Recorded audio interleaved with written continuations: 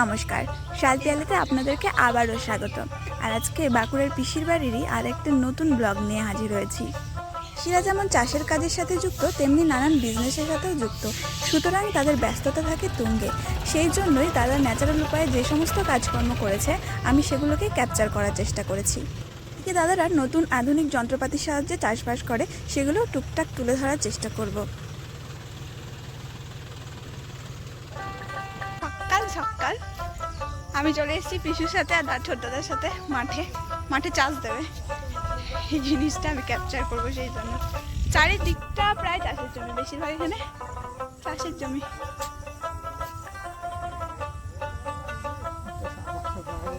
তাহলে হয়তো মোটর,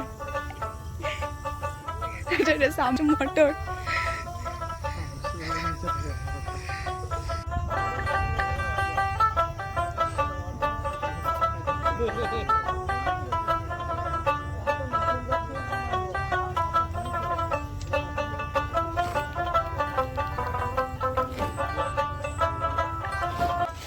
এরিয়াটিতে চাষের জমি রয়েছে অনেক, আর চাষিরা চাষও করে অনেকটা জমি জুড়ে একই ধরনের ফসলে।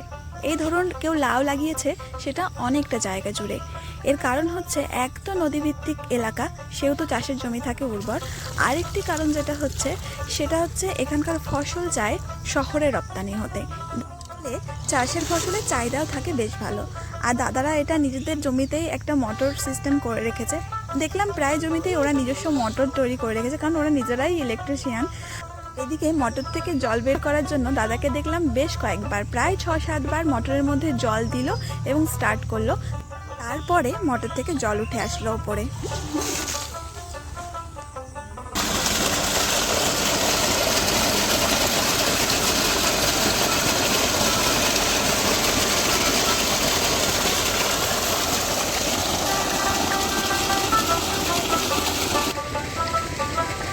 সকাল সকাল নামিয়েছিলাম দাদার সঙ্গে জমি চাষ দিতে। প্রথমে তো আমাকে সঙ্গে নিতে একেবারেই রাজি হচ্ছিল না, যেহেতু আমি অভ্যস্ত নই, শরীর খারাপ হতে পারে এই কথা ভেবে। কিন্তু আমি এক প্রকার জেদ ধরেই চলে এসেছি। হয়তো রোদের তাপ আর সারের গন্ধে আমার একটু কষ্ট হচ্ছিল, কিন্তু দাদার পাশে বসে বসে জমি চাষ দিতে দেখার মজাটাই ছিল অন্যরকম।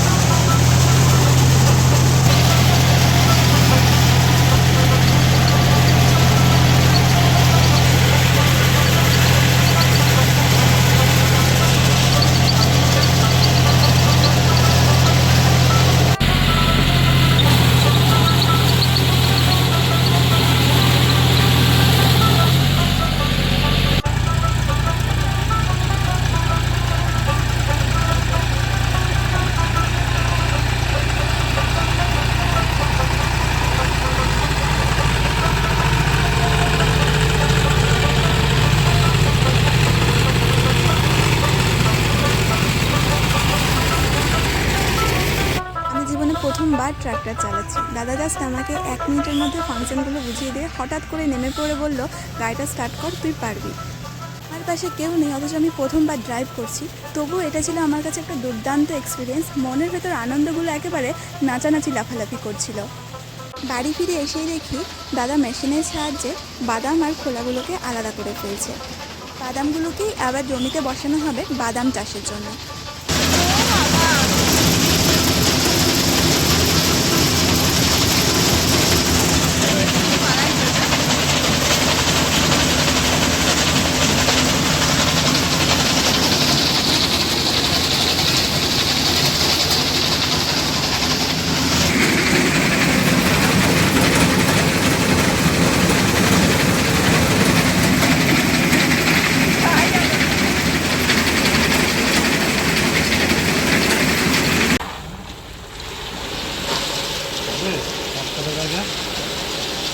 পাঁচটা হয়ে যাবে।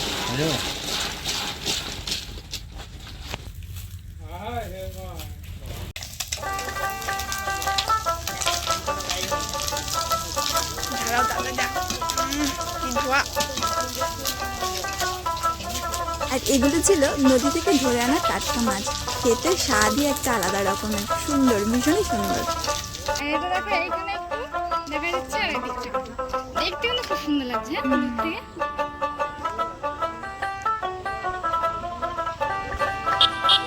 তার পাশে ছোট্ট একটা গাছে কি সুন্দর কয়েকটা কাঁচকলা ধরেছে।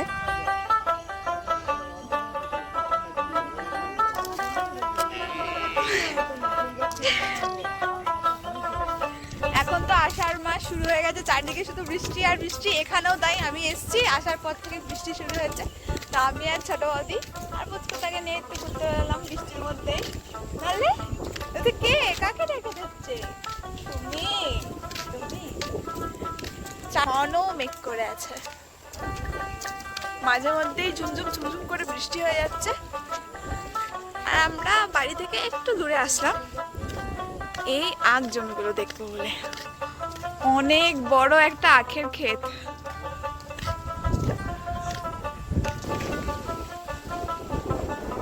ঝোড়ো হাওয়ায় আখের মাথা দুলছে। আখগুলো খুব একটা বড় না, একবার নামি।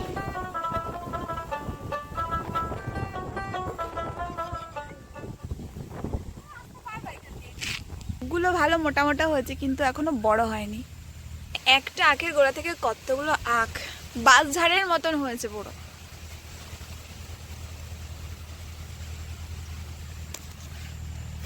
অসংখ্য আখ রয়েছে।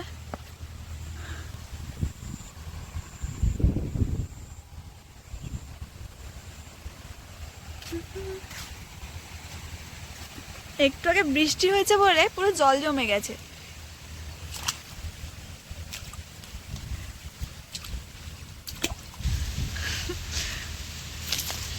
লুকোচুরি খেলা ভালো হবে এটাতে। না যায়নি বেশি ভেতরে। সাপ থাকতে পারে বলো?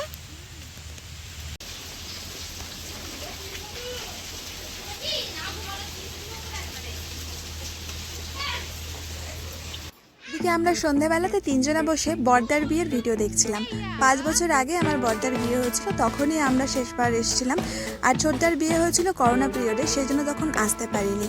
আর যখন পুরনো স্মৃতি দেখছিলাম, 5 বছর আগের আমিটাকে দেখছিলাম, তখন কিন্তু স্মৃতিগুলো আরও একবার টাটকা হয়ে উঠছিল। আর